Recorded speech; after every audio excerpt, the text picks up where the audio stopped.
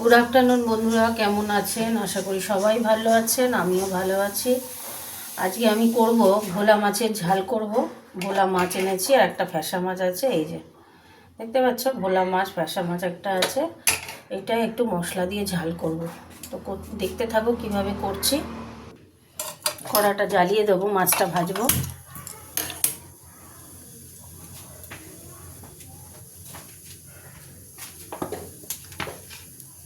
সর্ষের তেল দিচ্ছি, এটা সর্ষের তেলে করব। আগে মাছটা ভেজে নেব। তেলটা একটু গরম, চারিদিকে ঘুরিয়ে দিলাম হাত দিয়েই। ওরে বাবা, এই তেলটা গরম হতে থাক। এখন শীতকাল, একটু গরম গরম ধরা যাবে, কোনো ব্যাপার না, তাই না? এই জন্য কড়াটা ধরলাম। শীতকাল তো বেশ আরাম লাগে গরম গরম। ঠিক আছে, একটু গরম হতে থাক তেলটা।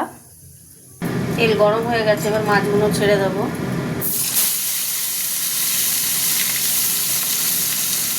অল্প মাছ, একটু মাছ না, হতে থাক ভাজা ভাজা। মাছটা ভাজা হয়ে গেছে, তুলে নেব। তুলে নিলাম, আবারও দিয়ে দেবো। দুটো দুটো করলাম, চারটে মাছ হচ্ছে, ভাজা হতে থাকে। এটা এই মাছটা ভাজা হয়ে গেছে, তুলে নিচ্ছি।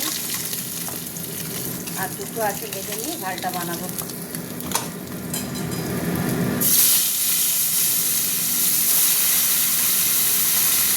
এই দুটো ভাজা হতে থাক। বন্ধুরা, মাছটা ভাজা হয়ে গেছে, তুলে নিচ্ছি। দেখতেই পেলে একটু তেল দিয়ে দেবো, আর একটু তেল দেবো। তেল দিয়ে দিলাম। তেলে একটু মিষ্টি দিই, দিয়ে দেবো 5 শুকনো লঙ্কা দেবো।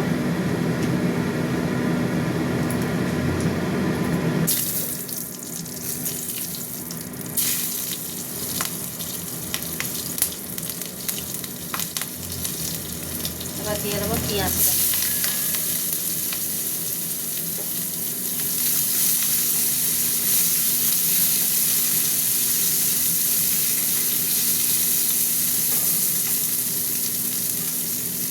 চিনিটা না লেগে যাচ্ছে। আচ্ছা, এবার দিয়ে দিচ্ছি, পেঁয়াজের সাথেই দিয়ে দেবো এই যে টমেটো।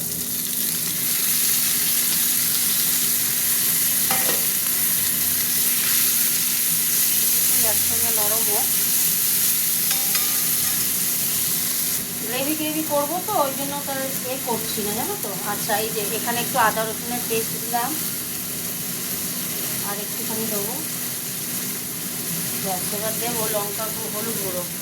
এবার দেবো হলুদ গুঁড়ো, দিয়ে দিলাম জিরে গুঁড়ো দিলাম, আর দেবো লঙ্কা গুঁড়ো। লঙ্কা গুঁড়ো একটু দেবো, ঝাল ঝাল হবে। আর একটু নুন দেবো, মানে পেঁয়াজটা একটু গোটা গোটা থাকবে, গ্রেভি হবে ওই জন্য। নুন দিয়ে দিলাম অল্প করে। সামান্য জল দিয়ে মশলাটাকে কষবো।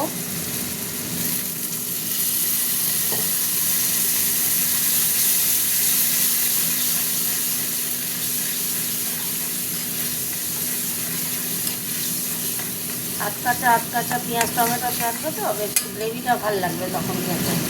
ওই জন্য আমি পুরোটা ভাজলাম না পেঁয়াজ। আচ্ছা, এটা মশলা কষা হতে থাক। বন্ধুরা, এই যে মশলা কষা হয়ে গেছে, তেল ছেড়ে দিয়েছে, দেখতে পাচ্ছ। কমেন্ট করে জানাবে ভোলা মাছের ঝালটা কেমন হলো।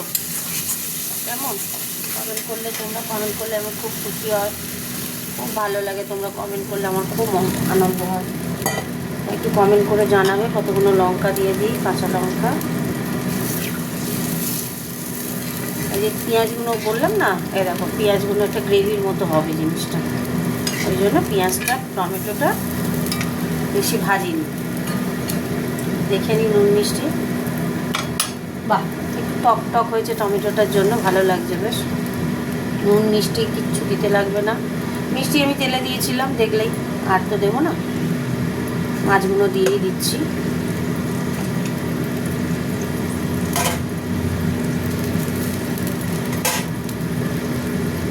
এটা একটু ফুটে ফুটে গেলে গ্রেভি হয়ে যাবে, তখন নামিয়ে নেবো। হতে থাক। আর আমার একটু অভ্যাসটা খারাপ জানো তো, এই যে গ্যাস রান্না করতে করতে আমি একটু গ্যাস মুছি, নাহলে আমার অস্বস্তি লাগে। পরিষ্কার জিনিসটা রান্না, বিশেষ করে রান্নাঘরের ক্ষেত্রে সবসময় না পরিষ্কার রাখতে হয়। আমি সবসময় রান্নাঘরে পরিষ্কার রাখি। হ্যাঁ, এটা যদি বলো যে কড়াগুলো কালো, আরে রান্না নতুন কড়া তো দেখলে বসালাম সেবার, কড়া রান্না করতে করতে তো একটু কালো হয়ে যাবেই, কিছু করার নেই। কত মাজবো, এই শীতকালে তো মাজা যায় না। আমার আবার কাজের লোক নেই গো, আমি নিজেই সব কাজ করি। আমার বর, আমার কর্তা করে দেয় আর আমি করি, দুজনে মিলে আমরা কাজ করি। আমাদের কোনো কাজের লোক রাখা নেই গো। তোমাদের সঙ্গে কথা বলে শেয়ার করছি, ভালো লাগছে, সেটাই বলছি। কড়া তো কালো হয়ে যাবেই না রান্না করতে করতে, কিন্তু আমি গ্যাস ট্যাস সবসময় পরিষ্কার রাখি। হতে থাকে একটু ফুটু। বন্ধুরা, হয়ে গেছে মাছের ঝাল। একটু ধনেপাতা ছড়িয়ে দিলাম ওপর দিয়ে, আর মশলা কষার সময় একটু ধনেপাতা দিয়েছিলাম যাতে গন্ধটা হবে। ওকে, চাপা দিয়ে দিচ্ছি, গ্যাস অফ করে দিলাম। তো আজকের মতো আমার রান্না হয়ে গেল, ভোলা মাছের ঝাল করলাম। কমেন্ট করে জানিও কেমন হয়েছে বন্ধুরা, কমেন্ট করলে আমি খুব খুশি হব। টাটা বন্ধুরা, টাটা।